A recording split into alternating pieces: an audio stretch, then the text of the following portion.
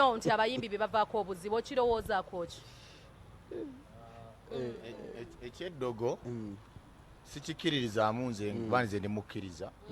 naye gyeriri yes gyeriri kati olwokuba nti mbadde sikigoberera nnyo naddala ku sayidi ye naye eno sayidi endala gyebiri mpozi katono tashi nga bwe mwebaziza abasiponsa ze kane nebaze basiponsa mu ngeri y'emu bano abali ku kamera bano be basiponsa bange olwaleero kuliko Sean abakulu abo bakola omulimu ogw'amaanyi ndaba beetala abadda wano badde wali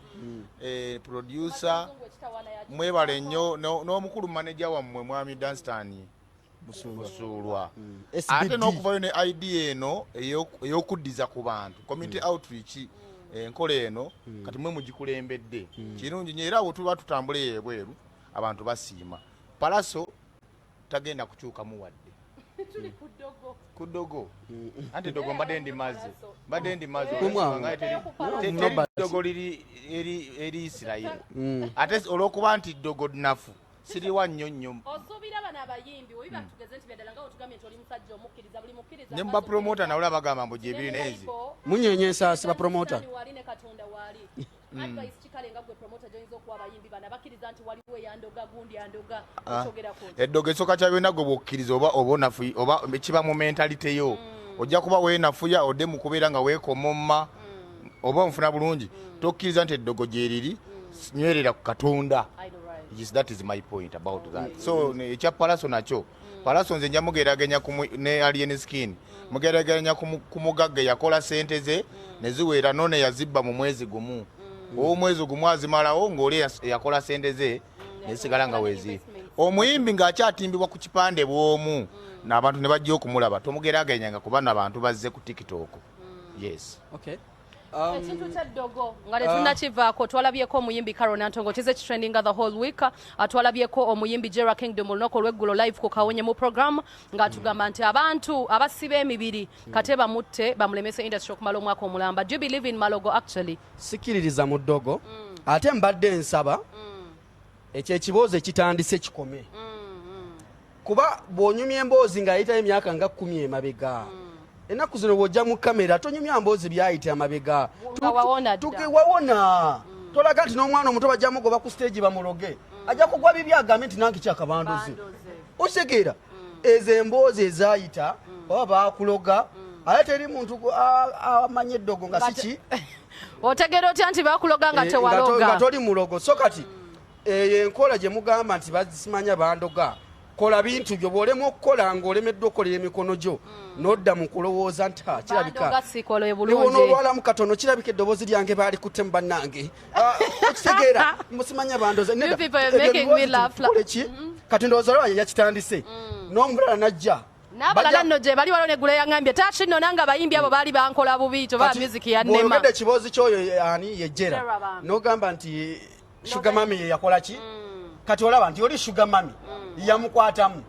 ojja genda obeera oli muyimbi abasajja babaagala nnyo kitegeera oli akukwani bw'amala okukwana alina omukazi ewaka oli muyimbi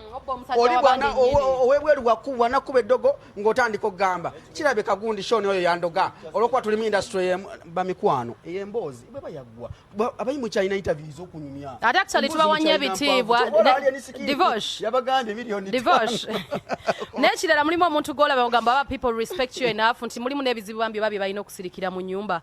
kikuyisa kityo omuyimbi actually ngenda kikulemezaako promoter kikuyisa kityo okulaba omuntu nga sitamulamba odda mu camera n'ogamba nti nze kituufu bandoga ate mulimu bintu abaana bano bemulina okubanga balina PR nga bagamba ebimu tobinyumya mu camera kituufu waliwo byotalina kwogera kubanga ate oba weenafuya kati kyogamba ekitegeeza gwe okuwona eddogo eryo nawe wagenda n'ologa kati naye nga kinalabye mu byonna ekibuuziboozi ekyo kyavudde kiva ku bintu bya mukwano era bw'olaba bw'ogatta ne gundi bye yali ayogera Carol Nantongo ne Stacia mbu Stacia yalowooza tetukakasa Stacia yamuloga wabula ngambye embu nti mbu omwami Stacia yalowooza nti omwami we yali ayagala ani kati ebyo byayita ng'era divorce bwagambye ate kati omuwala ng'oyo kati Carol Nantongo you are now a big brand and a beautiful girl you are now a big brand I know you can go emotional naye ate kati tokiza kuleva eyo kati oli yakuloga nga yeye yali ludda wakati asobola okujja n'ayimbira miliyoni 2 kati ate gweokola enyimba eziriko eddogo gwe weekwase katonda obeere osigale ng'oli muwanguzi otegeera weeyimba yimba nyimba eziriko kalo Nantongo gwaliko genda mu maaso tambuza music tukwagala alina n'oluyimba olupya kwegamba nti tulina okulemezaamu na kupromotinga music waffe era omukulu manager bamuyitaani ono omuvubuka Judas manager Judas omulimu agukoze esaawa zino bw'otwogera ku bayimbi abali mu band music wewa bagamba teri band music neffe twakikwata band music tusobola kwogera bayimbi 2-3 nga twogedde kalo Nantongo okitegeera nti kati tuve mu eyo emboozi jangu tunyumize kati ebirungi byotuuseeko tugende mu maaso twakowa ebintu eby'ennaku ati bw'onookaaba ate naffe tudde wano ate munnange olaba takyakuba masaka kyaka bamukuttemu olaba ebivulu tebikyajjwa tuve mu ebyo katugenda mitwala mu maaso tukulaakulane tugende mu maaso enekira abamuwe mulwala mugende mu ddwaliro kuba abantu balwala nga mwejjanjabe nga tonda bakulowooza nti bandoze anyongera okusaasirako Carol kubanga nkikiriza nti Carol teyalimba whatever the case was sorry about that Jera nawe nkusaasidde wabula ate nga tukomekereza show ogenda wayo obugambo obusembayo ne devotion obusembayo njogere ku ba sponsor